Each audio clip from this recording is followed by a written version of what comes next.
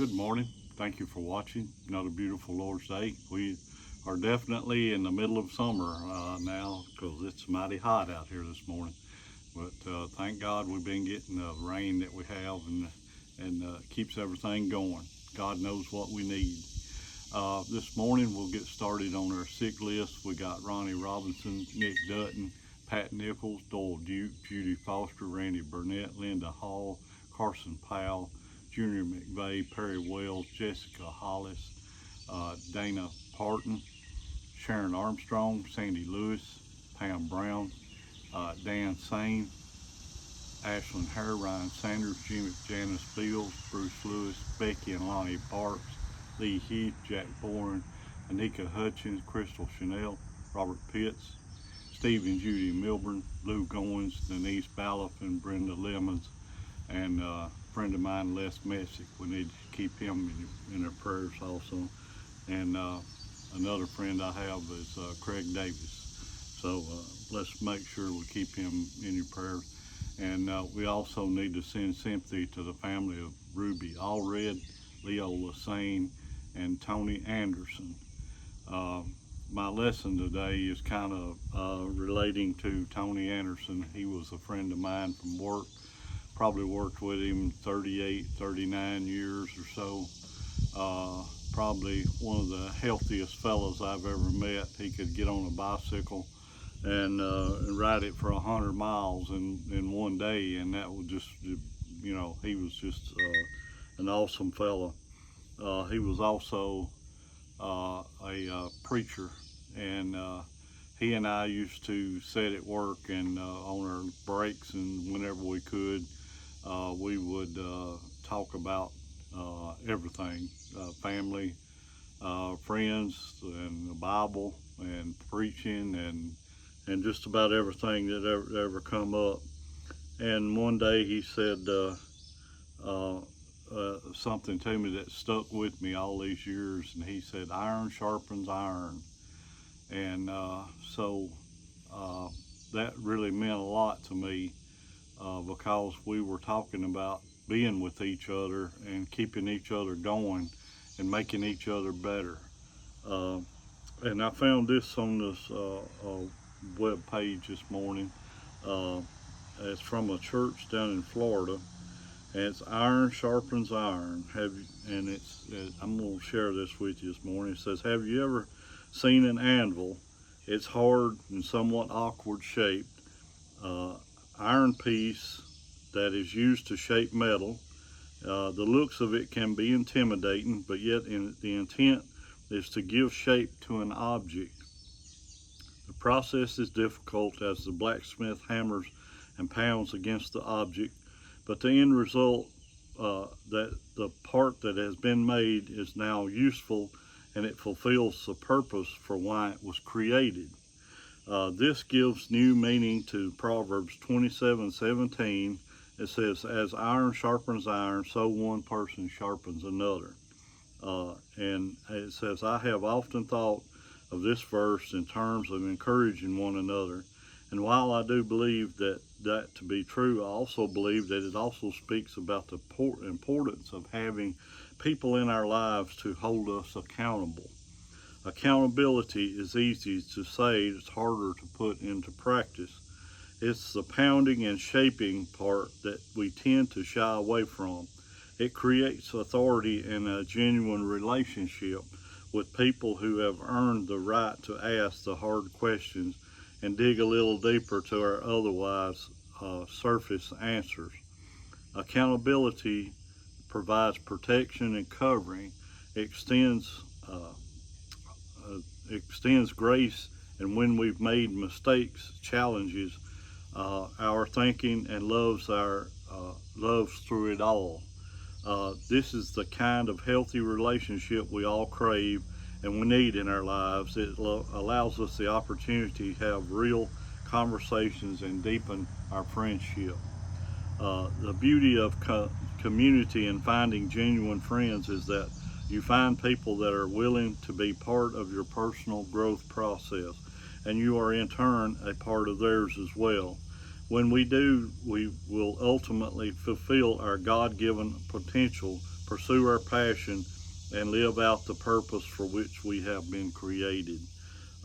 This is truly living out Psalms 27:17. And here is a couple of questions. It says, are you willing to be held accountable? And what is the most difficult thing about accountability? So two verses that you can think on is Proverbs 27:17. That's iron sharpens iron, so one person sharpens another. I've seen it a little bit different on that second part right there, but it's also in Proverbs 12:15. Fools think their own way is right, but the wise listen to others. And so the first challenge is provide and welcome the opportunity for a trusted friend to ask you a few hard questions, and ask for the opportunity to do the same in return. Take this time to truly listen to one another, spend time praying for each other. So that means a lot to have accountability. And it's not only that you are together like Tony and I were, but we would talk about different issues in the Bible, and he would give his opinion and I would give mine, and we would sharpen each other. You know, we would come together with different thoughts, and that was really great, and I do miss that. You know, we need to be accountable. We need to be sharpening something. You know, we need to be, you know, like spending time with each other, like this article said. We need to spend time with someone and get them on the right track, because being, you know, what it says in the Bible, where two or more are gathered, there I will be also, and that's Jesus is there with us. You know, I felt a bunch of times that Jesus was there with us, you know, and so we laughed together and we shed tears together, and I'm gonna miss him. He passed away Monday morning, but I feel confident that the Lord took him home, and that I'll get to see him again someday. Tony was also, I got started being a blacksmith, and Tony also saw the interest that he had in that. Tony was also kind of guy that could do about anything. He could weld, and that's what he did at work a lot. He was also a guy that did quoting for us for a while, and but he took the interest in blacksmithing, and him being a preacher also. I found this a little article. It's a little poem. Found it last week, and I've really liked this. It's got a really good meaning. It's The Hammer and the Anvil is the name of it. It says, last eve I passed beside a blacksmith's door and heard the anvil ring the vesper chime. When looking in, I saw upon the floor old hammers worn with beating years of time. How many anvils have you had, I said, to wear and batter all these hammers so? Just one, said he, then said with twinkling eye, the anvil wears out the hammers, you know. And so I thought, the anvil of God's word, for ages skeptics' blows have beat upon. Yet through the noise of falling blows was heard, the anvil is unharmed, the hammers are gone. And that was by John Clifford. So what that means is the Bible and God's word is like an anvil. It's hard, it's tough, and it can take anything. The Bible will still be there when we are gone. The skeptics, the people that try to say that the Bible is not real, that we don't need to be even involved with the Bible, that the Bible is worthless. So that those people are going to be gone, but the Bible will still be here. The Bible is God's word. That's our roadmap. I've heard it said 1,000 times. That's our roadmap between here and heaven.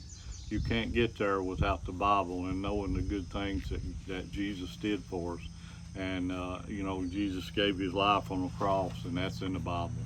Everything we need to know to get us to heaven is in the Bible. And so the skeptics can do what they want to, but that Bible will still exist. So that was a good one, and I know Tony, if he was around, that he would enjoy that.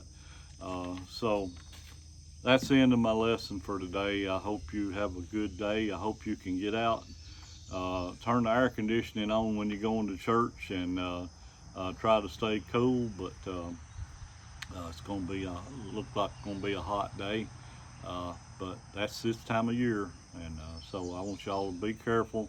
Please keep our sick list folks in your prayers. Please keep all those that have lost loved ones in your prayers also. Please remember our first responders. Please remember our doctors and nurses and all the folks that keep us safe. Please remember our military folks. They are going through some rough times right now, and we got to pray for them and pray that this conflict will be over soon. Thank you once again. Thank you for watching. God bless, and see you next time.